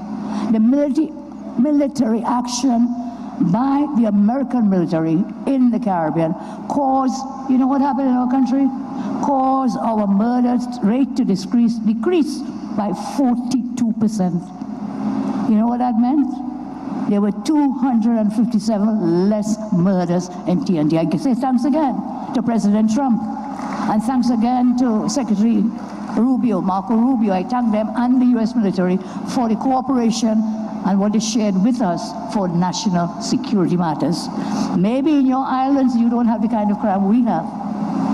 I know Prime Minister Houses, as we tried to pass the Oswald bill in Trinidad, we were not as fortunate as you in the Parliament, but I know you have done well with your murder rate. So some of us, the crime is so bad, I cannot depend on just my military, my protective services, and certainly from you in the CARICOM, many of you do not have military or large police services to help us down there. So again, I repeat, you know, in Trinidad there's a saying, who vex loss? But we gained from the help, I'm saying, that military help, and I will welcome them again. So we changed the policy and we were able to bring those murders down by 42%. As I said, that's 257 less people who would have been dead had we not taken that course of action. So let me finally take this opportunity to sympathize with the government and people of Mexico, as Prime Minister Holness mentioned, with regards to the cartel-fueled mass violence happening there. That could have been Trinidad and Tobago if we did not take the action we did. To partner with the US is not to undermine the Caribbean region, but to defend it. TNT will continue to cooperate with the US in the best interests of our citizens to drive destabilizing and destructive forces out of our country, out of our region, and out of our hemisphere. All right, so there's a lot here that I disagree with and agree with. And ironically, it's kind of like different aspects of the same point. She is right to say that we cannot depend on our own protective services. Look, the situation in Mexico is an example of how far it could go out of control. Haiti is also another example. She also spoke more about Haiti. Not that we're necessarily like, you know, right on the doorstep of that, or it has to go on that path. But Mexico and Haiti are examples of it could get worse, and this is how it might look, right? It wasn't necessary for her to say public health gimmick. I think it's fair to criticize the whole concept of crime as a public health situation, in part because it's not just social. The social aspects of crime are the public health conceptual aspects of crime. We're not just limited to that. And I do wonder to what extent was that trying to import some nonsense, limited scope philosophies from the United States that have proven in multiple jurisdictions to not really work.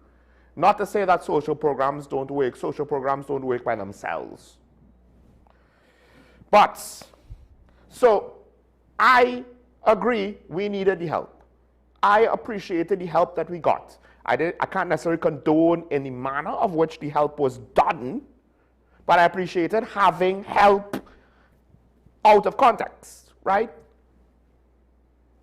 I have spoken about this before it happened.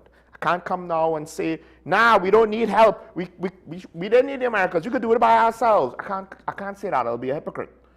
That said, the help doesn't seem to have actually solved the problem.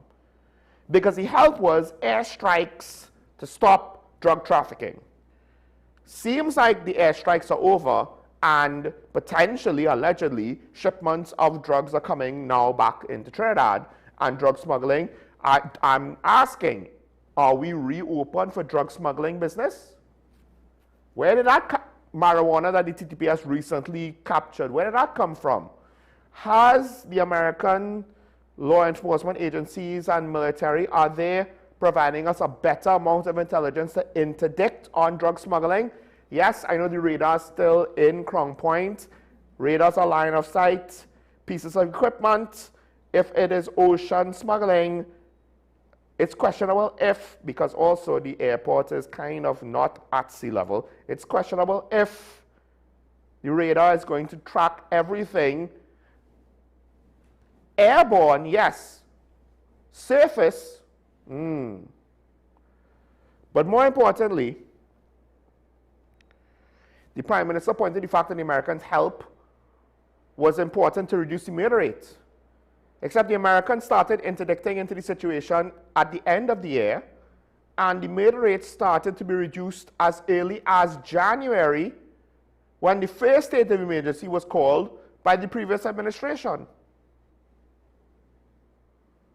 You don't get from 620 to 300 murders a year by starting to make changes in September. It was the whole year when the murder rate was suppressed. So how is it that the Americans are responsible for it? The Prime Minister also said, well, policies put in place to reduce the murder rate. And this is where I will agree, I believe, with the opposition leader. The public deserves clarity, not slogans. This is a quote from the opposition leader. Was the state of emergency itself the so-called policy, and SOE as an extraordinary temporary constitutional measure, not a sustainable crime-fighting policy? And I have to agree. Because again, I had this opinion or this perspective from the very beginning last year when the first SOE was called. I can't now just change my tune and my definitions because I need things to be clean. I need to pick one side or the other. SOE is not a policy. SOE is not a long-term policy. And as far as we're aware, if you want to say the policy was reinstitute an SOE, let's not forget that the commissioner of police came forth with the UNC administration's SOE initially because there was a threat against the government and government officials, elected officials and judges and what have you, not to reduce the murder rate. That argument came when it was renewed. Let's also not forget that when the PNMs declared the first SOE on December the 30th, 2024, critics would have said, what, we just have an SOE to reduce the murder rate? So if you're going to criticize PNM to do it, we also kind of need to criticize when the UNC did it. Although, to be fair to both parties, it kind of did work, at least as a temporary measure. As the opposition leader points out, it is not a sustainable crime policy. So this is the thing. We don't have an SOE and we don't have the Americans. What's keeping the murder rate down? Oh, well, we don't have these OSOs. We don't have these OSOs.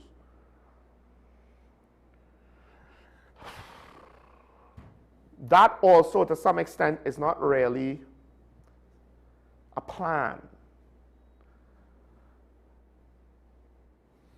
But we haven't even been told exactly how was the murder rate suppressed. Because arguably, some of the members of police will say, we did things in the SOE. Will they be effective within a ZOSO? And by the Prime Minister's logic, well, we don't have the Americans help anymore. They helped keep the murder rate down, apparently. So, because now the guns and the drugs, we might be reopened for business. What's stopping it now? What's stopping it now? And if it was supposed to be the ZOSO bill, if the ZOSO bill was that important, why did the government attempt to rush it, and in rushing it, undermined the proper process to get it done?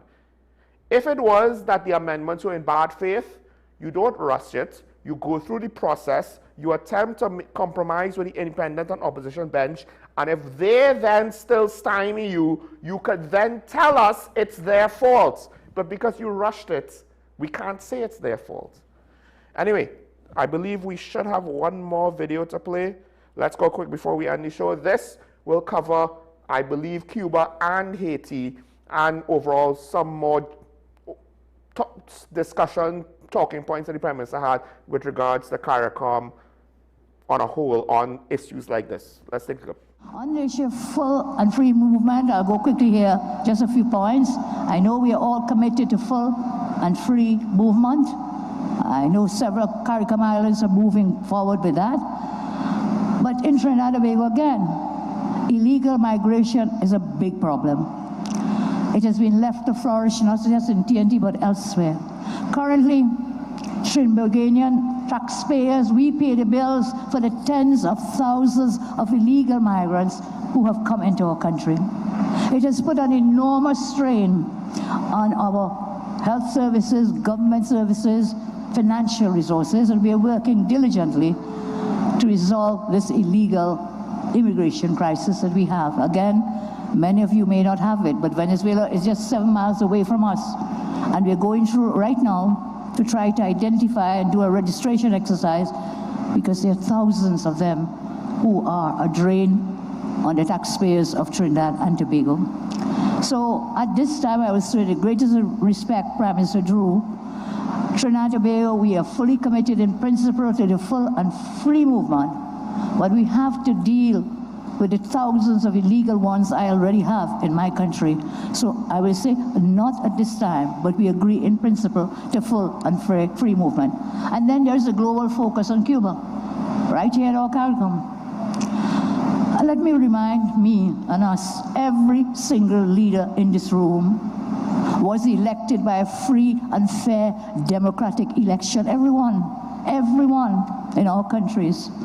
And so I ask, why do some CARICOM governments and political parties believe that they and their parties and their supporters should have the right to contest democratic elections to choose them as leaders, but the Cuban citizens have no right to free and fair election? And whilst I talk with you, Prime Minister Holness, I empathize with the people, the good people of Cuba, but there's a regime that's a dictatorial one, and none of us want that in our country, not one of us. Otherwise, we wouldn't be here today. We were all elected by free and fair elections. And so we cannot advocate for others to live under communism and dictatorship, but we want to live here in our CARICOM region under democracy and capitalism. That's an oxymoron, it's a contradiction. For ourselves, we want free democracy, but tell the Cuban people, okay, we feel sorry for you. It can't work. And as you said, Prime Minister Holness, we have to find a mechanism for the humanitarian efforts of the people of Cuba, but at the same time, we cannot, and I will not, Trinidad and Tobago will not support a dictatorship in Cuba or anywhere else. We will not support it. What we do, we support regular, free and fair democratic elections in a multi-party system. all citizens must have equality before the law. There must be the rule of law. There must be majority rule and minority rights. We must have the separation of powers and the checks and balances. We must have accountability and transparency. We must have freedom of expression and association. And for us in Trinidad and Tobago, we must have capitalism. We will not support dictatorships. I turn to Haiti quite briefly. In Haiti, democracy continues to be under threat. For decades, we have been saying, as the custodian Trinidad sang, Haiti, I'm sorry, Haiti, we are sorry, and we are still sorry decades and decades after. Armed gangs, political collapse, food insecurity have converged to overwhelm democracy and create a protracted emergency. We in Trinidad and Tobago, we support the United States and Panama's proposed gang suppression force to subdue violent gangs and to help restore order in Haiti. We are committed to sharing the burden with the US and Panama and other willing countries to assist the gang suppression force in bringing peace to Haiti. We have to come together to help them. This goes into a lot of questions on sovereignty and intervention, and there's an ethical debate that I think a lot of people just gloss over. Now, to be very oversimplistic, I think the Prime Minister is not wrong. I also don't think she's 100% right. I think it's one of those things where it's difficult to say that this is the principle, because the principle locks you in to actions that can potentially do more harm than good. Depending on if you are prepared to follow through fully with the course of action that you're undertaking, if you decide to go on a little military adventurism intervention style. That was one of my issues with America and Venezuela. They did a limited intervention, so they didn't have to commit beyond what they did. And maybe that was for the best. We'll wait and see. There's no guarantees. The question is, if you intervene in Cuba, how are you going to do it? Because in Cuba, as the Prime Minister pointed out, they are not a democracy. To what extent do we respect their sovereignty and assume that it is a system of government that the majority of Cubans want or would choose for themselves if given the choice? To what extent do we have the moral obligation to inflict upon them a change? To what extent do we have the moral right to do so? These things are ethical debates that we don't have, because we basically have a schoolyard, I'm right, you're wrong argument over complex issues that are being way underestimated by the people within our region who speak on these issues. However smart, whatever your favorite speaker sounds, it's still underplaying it, the complexity. It's still not speaking to the difficulty that these things have.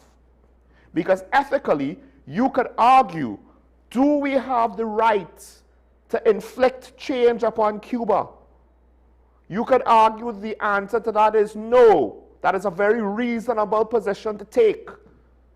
But then you can also ask the question, do we have the right to leave them alone to their own devices? And you could argue the answer to that should be no. Now, granted, yes, some of the worst examples of communism is also examples of sanctions. So to what extent now are we able to calculate what is the issues there with communism, what is the issues with sanctions? We do know that communism was failing in the Soviet Union. We do know that communism was not succeeding in China, so China introduced capitalistic concepts in order to allow the economy to seek growth, to engage with the rest of the financial systems of the world. And now we see a point where China's politically saying, all of this growth, it's infringing on our political one-party system. and the foundation of our one-party society. And we don't like generating wealth for our population if it's going to now erode the power of our one-party state. That's why people leave these countries, by the way. I mean, think about it. America's so bad. America's so evil. America's racist. America are imperialists. And yet, where do a lot of our people love to go? To America. Or our original colonial masters. Well, not original, sorry, our second major. To the United Kingdom, to England. That's where a lot of our people like to migrate to. These places are so bad and evil, but yet we want to live there. At least Canada technically was not our colonial masters or has any sort of imperial ambitions towards us. But they are more than happy to facilitate the brain drain if that helps their own demographic situation. They don't seem to care about what that might do to our societal balance and population situation. Brain drains are just one of those things. Not that I think that it's a grand conspiracy to undermine third world countries, but as one speaker pointed out, and I made this point a long time ago, the people who we depend on to solve our own internal problems are our best and brightest, and yet so many of them go away to all of these evil countries. More importantly, as the Prime Minister pointed out, we don't want to be communists. I know that it's all the rage for certain university students that don't really understand history, to put it bluntly. But the reality is we don't want a one-party country. Think about it. You want a one-party Trinidad and Tobago where we don't really have elections, and then on top of that we're communists, so you don't own anything. You don't own the house you live in. You don't own the car you drive. You don't own anything. The state could take whatever it wants away from you at any time if you go to the strictest definition of communism. Is that what you want? I would argue no, because we would have a fight. Which party survives the transition to one party? We'll have a big fight on that. Lord help us. I think it's safe to say we don't want that. We would actively seek to prevent it. But yet it's fine. The Cubans chose that for themselves. However many years ago. And obviously, they have a system of checks and balances that ensures that the will of the people is being heard in Cuba all the time. There's a level of political naivete in a lot of these arguments of non-interference. Because if it happened to us, we would want someone to intervene on our behalf. I guarantee that to you. Case in point, an example of it going wrong, but where people wanted intervention. The Kurds, post-91 Gulf War, wanted American support to free themselves from Saddam Hussein.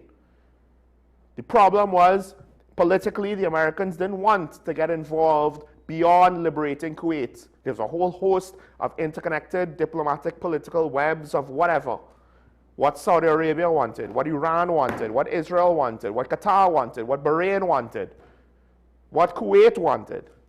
So America left the Kurds on their own, and the beaten, defeated Iraqi army crushed them. They rose up to fight for their independence. Oh, let the people sort it out themselves. This group of people tried that, hoping and thinking they got American support, and they didn't get it, and they were crushed.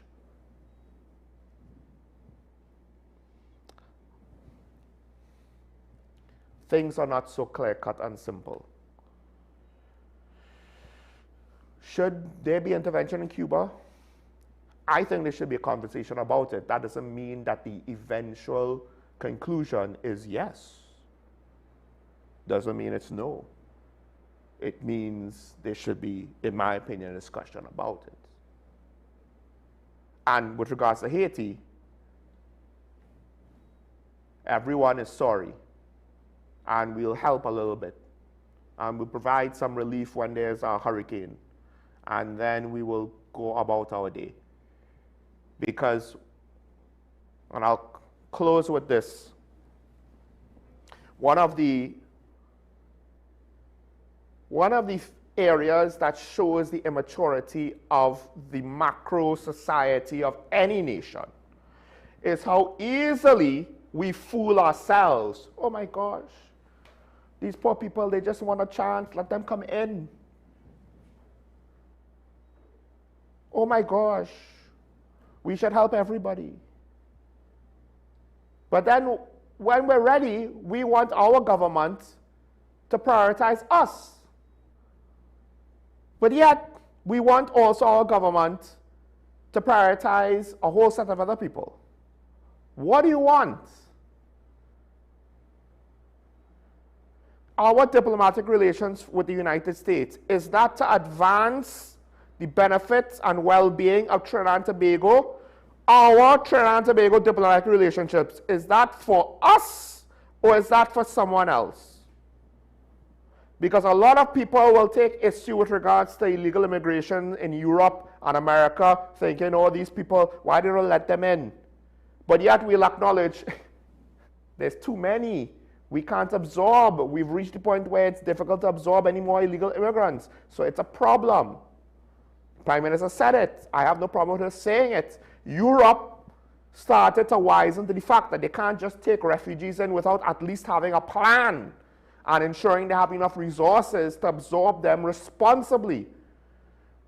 America is being torn apart by the fact that what should be a simple issue, because Obama deported a lot of people, more than Trump, but it's become so political now that it's no longer about what the practical solutions are. Now it's about winning the political battle, Republican, Democrat, what have you.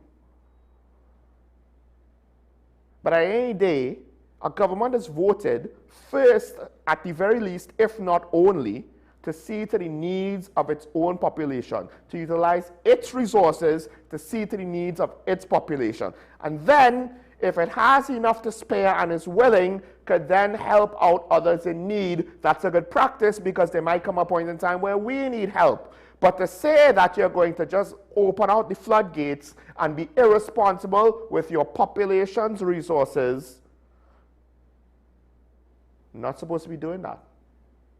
And one of those resources is diplomatic capital.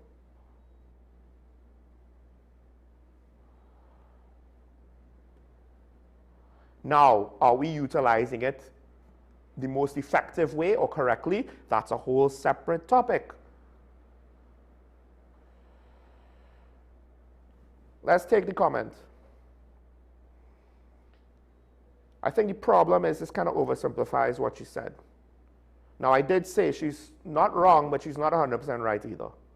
Does she want regime change in Cuba? The oversimplified answer to that is probably yes. But she didn't technically say that. She caused those who are capable to see the bigger picture to face the hard question of what is the ethical consideration in this situation. And I already pointed it out, and I'll reiterate it.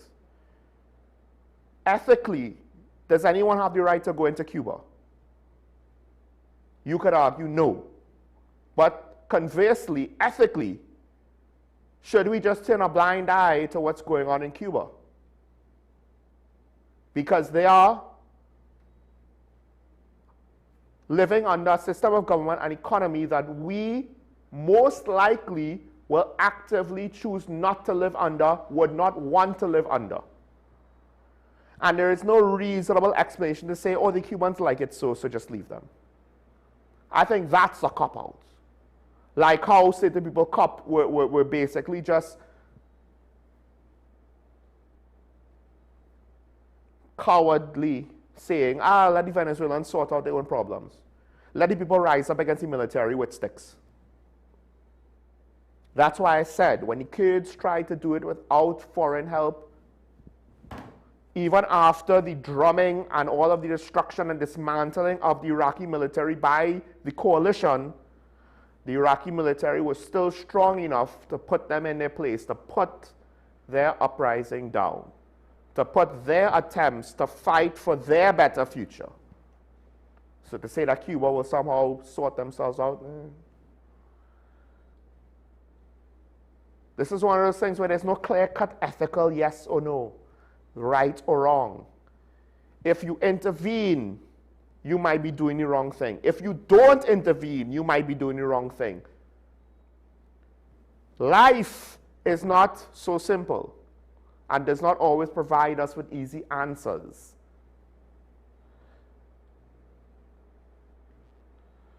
Let's take the next comment quick. This should be quick. The long and short is, I have no way of knowing. But the thing is, I don't think CARICOM is the major source of answers, to be honest. I think CARICOM only really has information with regards to the plane. I'm not entirely, unless CARICOM channels are used to communicate with Barbados, we use those channels, and through that communication had, I think it's more about speaking to the source, or the sources. The sources are the people involved in Barbados and the people involved here. CARICOM, Andrew Holness, and the wider CARICOM community, I don't think they're that central to this conversation.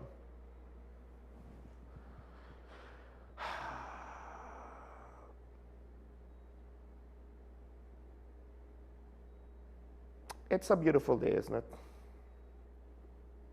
The world is changing. I've said this before and I'll say it again. The world is changing. And I think at some point you're going to realize that there's probably a new international reality. Part of the problem is post-World War II, the people that got the world through that time, I think in hindsight have proven to be one of the more exceptional generations across the board. Not just in America and Europe and the South Pacific, but even here in the Caribbean. Some of our best thinkers and academics, because we've had individuals, war heroes, legal luminaries, and the like, come out of our population at that time, amongst others. Because that was a time of great peril and challenge.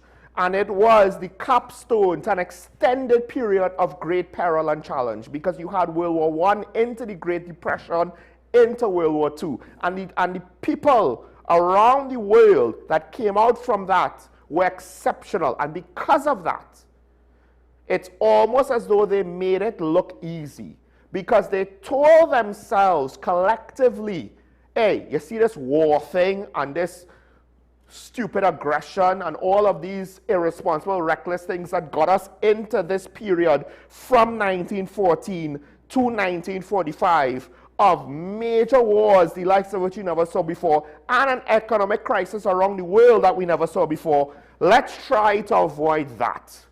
And the people who learned directly those lessons set us up for success. And we went from decade to decade with greater and greater levels of peace and economic prosperity.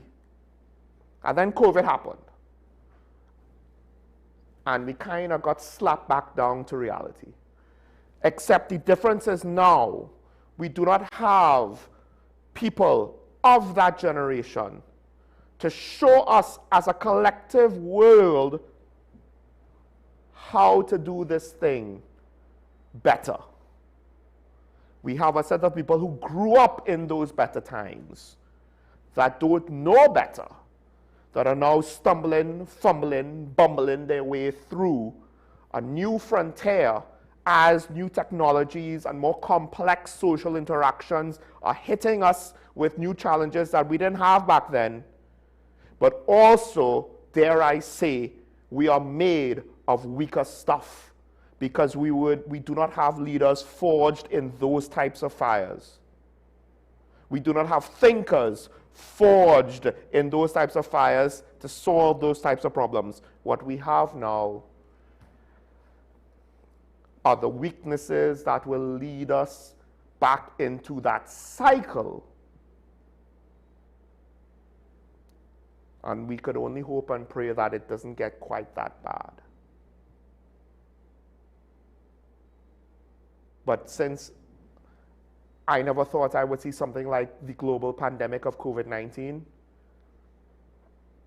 I'm not just going to assume that things can't happen anymore. Already, we're at a period where the world is rearming. Militarization is happening at a heavier pace than it was 5-10 years ago.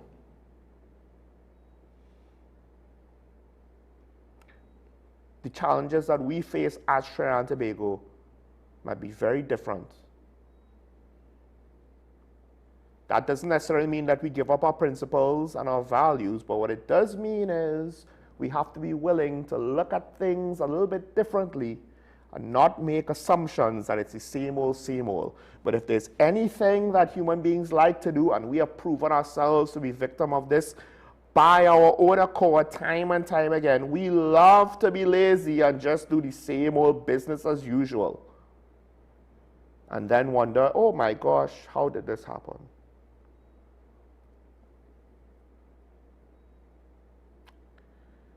We're 62 years old, and I guess that's like 16 in nation years, right?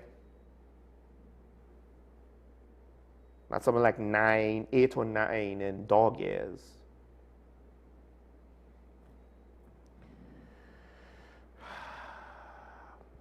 Let the rest of the world go crazy. We just need to worry about growing up ourselves. Have a good day, stay safe, remember your allegiance to the Republic and to each other. It's nice to be nice. Again, apologies, the good lady, she was ill, just a little flu. We'll hopefully see her next week where we'll get into the IMF and wider economic topics. But until then, we will see you tomorrow. Bye-bye.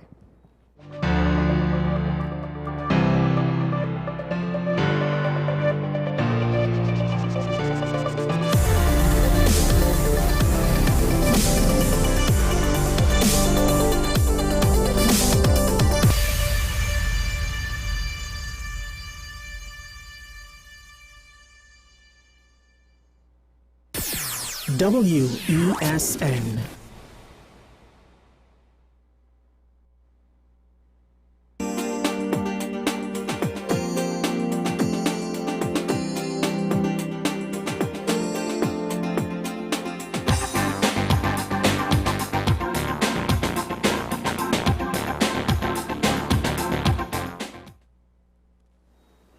Good morning and welcome back to Dollars and Cents. I'm Darren Jacobs, a senior financial advisor, and I'm here to guide you through smart financial decisions that can protect your wealth and boost your bottom line. On today's episode, I'll be discussing a misunderstood topic of personal financial planning and the role